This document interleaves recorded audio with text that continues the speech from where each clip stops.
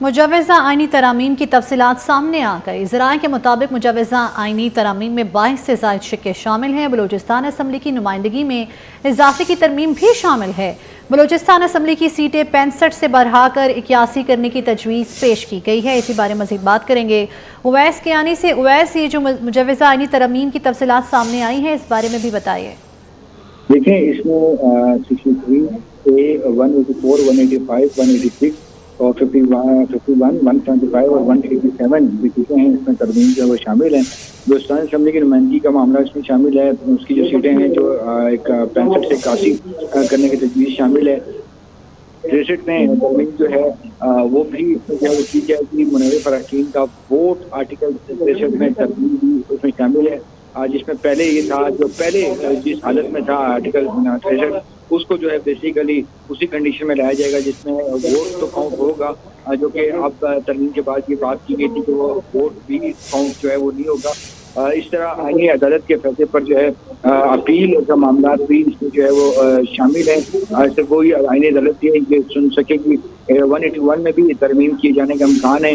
اسی طرح جو ہے ہائی کورٹ ججز کو دوسرے صوبوں کی ہائی کورٹ سے ٹرانسفر کرنے کی تجویز بھی شامل ہے۔ Chief justice Pakistani secretary supreme court کے 5 سینئر ججز کے پینل سے ہوگا، یہ معاملہ بھی سامنے آ رہا ہے۔ حکومت سپریم کورٹ کے 5 سینئر ججز میں چیف جسٹس لگائے گی۔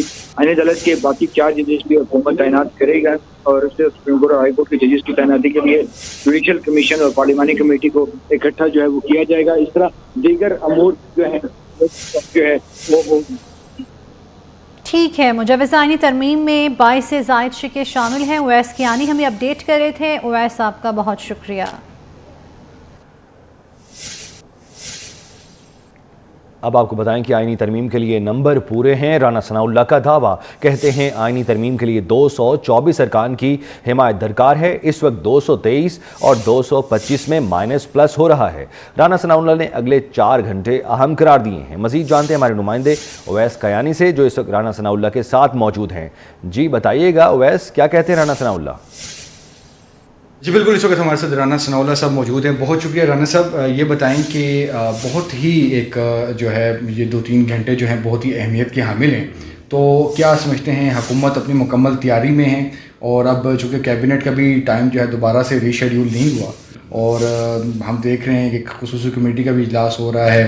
اب کچھ نوید یہ بھی کہ مولانا صاحب بھی شاید آ رہے ہیں خصوصی کمیٹی میں، تو اگلے 2-3 گھنٹوں کتنا اہم آپ دیکھتے ہیں سر؟ دیکھیں، یہ اب چیز جو ہے یہ امینڈمنٹ سے متعلق جو ہے یہ آخری مراحل میں ہے۔ جی سر۔ اور میرا خیال ہے کہ اگلے 3-4 گھنٹے جو ہیں تو اس میں یہ ساری چیزیں جو مشاورت پچھلے کئی دنوں سے بلکہ کئی ہفتوں سے ہوتی آ رہی ہے، تو اب اس کے فائنل فیصلہ ہو کے سامنے آنے کا وقت ہے۔ تو ہوپ فلی جو ہے وہ جو بھی فائنل ہوا ہے کنسنسس کے ساتھ، تو وہ میرا خیال ہے کہ اب ہاؤس میں آ جائے۔ آئین میں ترمیم کرنا جو ہے یہ تو پارلیمنٹ کا پروگیٹو ہے اور اس کو چیلنج نہیں کیا جا سکتا۔ ترمیم اگر آئین میں درج طریقہ کار کے مطابق ہوتی ہے تو اس کو کسی صورت بھی جو ہے وہ کوئی کورٹ جو ہے اس کی کوگنیزنس نہیں لے سکتی، اور وہ ترمیم جو ہے وہ پھر آئین کا حصہ ہوگی۔ نمبر پورے ہیں لیکن نمبرز آر سو کلوز۔ یہی وجہ ہے کہ ایک ایک ووٹ کی جو ہے وہ بہت اہمیت ہے، کیونکہ نمبر جو ہے وہ کلوز ہے۔ آلموسٹ 2 to 4 نمبر جو ہے وہ درکار ہے۔ تو میرا خیال ہے کہ یعنی اگر 224 کا نمبر جو ہے وہ مطلوبہ نمبر ہے تو یہ 223 اور 225 ہی ریلیونٹ ہے۔ تو اس کے قریب مائنس پلس ہی کام چل رہا ہے، تو دیٹس ٹو کلوز۔ تو اس لیے تبھی یہ جو صورتحال آپ کے سامنے ہے اس کے اس طرح سے ہونے کی بھی ایک وجہ یہی ہے۔ اور سر پی ٹی آئی کے دوستوں کے لیے کیا پیغام ہے جو یہ بات بار بار کر رہے ہیں کہ جی ہم یہ چیلنج بھی کر دیں گے، یہ صحیح نہیں ہو رہا، نمبر جن کے پاس نہیں ہے، اس طرح اور اس طرح، اور جو الیکشن کمیشن کی طرف سے جو بات کی جا رہی ہے کہ جو چیئرمین ہم نے گوہر صاحب کو نہیں مانا، تمام تر چیزیں، تو پی ٹی آئی والوں کے لیے کیا آپ کا میسج ہوگا؟ جی پی ٹی آئی والوں سے میرا تو یہی میسج کہہ لیں یا مطالبہ کہہ لیں کہ وہ خود کو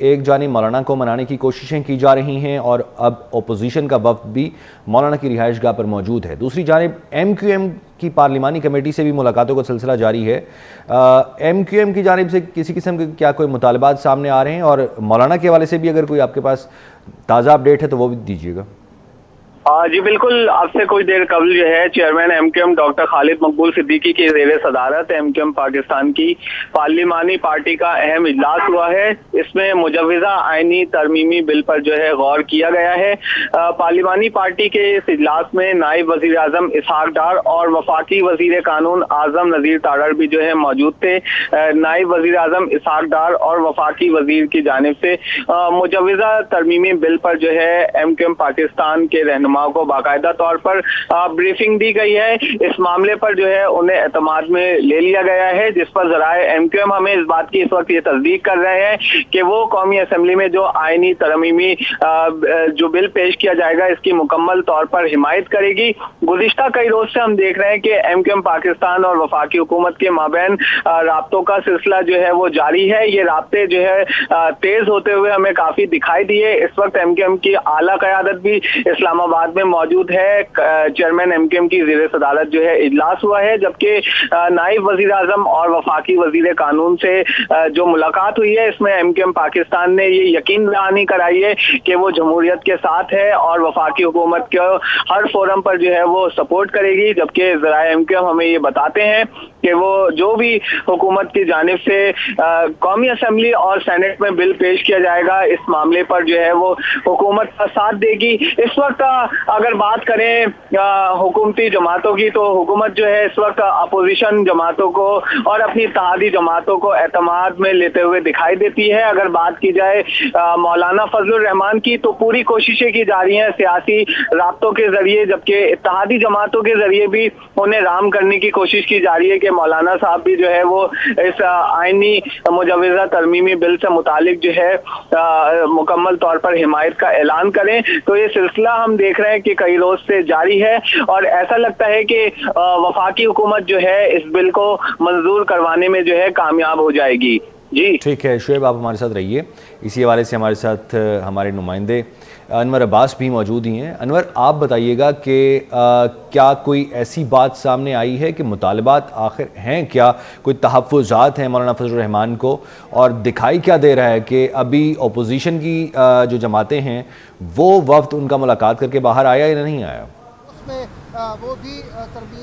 جی بالکل، ججز کی تعداد کے حوالے سے، ججز کی مدت ملازمت کے حوالے سے بنیادی تحفظات ہیں جو کہ نہ صرف مولانا فضل الرحمان بلکہ اپوزیشن جماعتوں کی جانب سے بھی قائم کیے جا رہے ہیں، ان کا اظہار کیا جا رہا ہے ان تحفظات کا۔ اس کے علاوہ جو دیگر معاملات ہیں ججوں کی ٹرانسفر پوسٹنگ کے حوالے سے، چیف جسٹس کی اپوائنٹمنٹ کے حوالے سے کہ وفاقی حکومت چیف جسٹس کا تقرر کرے گی، اس کے علاوہ 5 سینئر ججز کی تقرری کی جائے گی، ان میں سے سینئر موسٹ کو چیف جسٹس نامزد کیا جائے گا۔ اس طرح کے مختلف ایسے نکات ہیں جن پہ کہ مولانا فضل الرحمان اور اپوزیشن جماعتوں کو اعتراضات ہیں، اور انہوں نے ان اعتراضات کا اظہار حکومت کے ساتھ گزشتہ ملاقاتوں میں بھی کیا اور ابھی بھی کیا جا رہا ہے، اور حکومت کی جانب سے ان معاملات کو حل کرنے کی کوشش کی جا رہی ہے۔ اگر ہم بات کریں ایوانوں کی، ایوانوں میں اکثریت کے حوالے سے 123 تعداد ہے اس وقت حکومت اور حکومت کی اتحادی جماعتوں کی جو کہ قومی اسمبلی میں موجود ہیں۔